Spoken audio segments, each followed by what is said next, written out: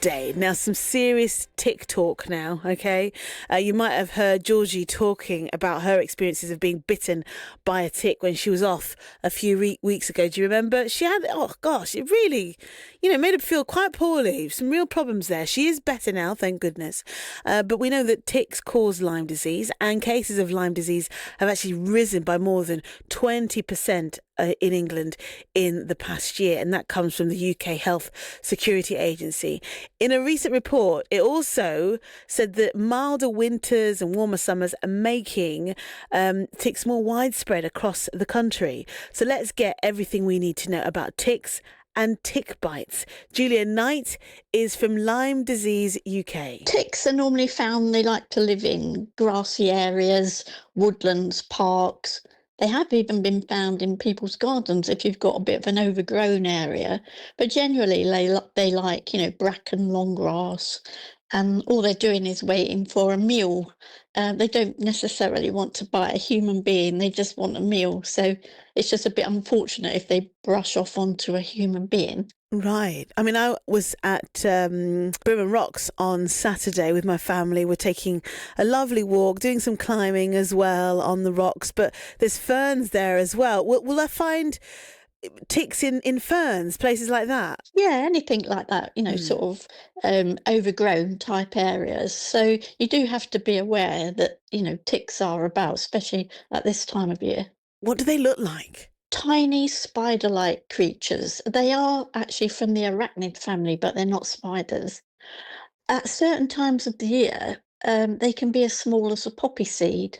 That's when they're at the nymph stage, but when they're at the adult stage, they're a bit bigger, but they can still be difficult to spot. Are we seeing more ticks than normal this summer? We do seem to be, and the thought behind it is that our winters are now warmer and wetter. Normally, we would only historically have thought of tick bite season from early spring to late autumn because we're not getting, very, very cold weather. In some areas, ticks are staying active all year round, so it is really essential to be aware of them. Hopefully people aren't going to get bitten, but if we are, Julia, how do we know? If a tick bites you, it has to embed into your skin and feed. It isn't a bite and go like a, mosquito. So it has got to stay there for a while to feed. And as they feed, they swell. So they can get to about the size of a baked bean as they feed. But they are very clever at when they brush off onto somebody, they often look for a nice, warm, hidden area to embed. You have to be aware if you've been in that sort of area to check yourself. When you come home, check your children, check pets, because it is possible to be bitten without knowing it. What do we need to look out for then if we've been bitten or if we're just checking that we haven't been bitten? There's some prevention things you can do if you're going into one of those areas. So those are the things, first of all, like avoiding walking in long grass, stick to pathways. You can tuck your trousers into your socks, which sounds a bit mad, but it stops them sort of climbing up. Wear lighter colour clothing because they are dark, um, so easier to spot. If you know you've been bitten, the most obvious sign is what's known as the erythema migrans rash, which is known as a bullseye rash that appears about 3 to 30 days after a bite, so not straight away like a mosquito bite. Generally not itchy, sore, or hot like an infected insect bite, and gradually spreads outwards. So the redness can spread, they can become quite huge. But about 30% of people who contract Lyme disease do not develop a rash. So you're looking for flu like symptoms such as headache, neck ache, sore muscles and joints, or both, fatigue, feeling generally unwell. You might have a fever, maybe a low grade fever, and generally feel pretty rubbish.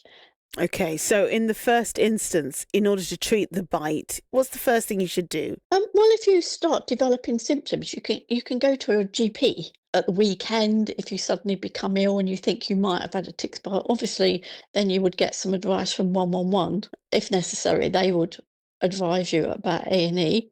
I think I would just say that actually the percentage of ticks that carry any infection in the UK is quite low.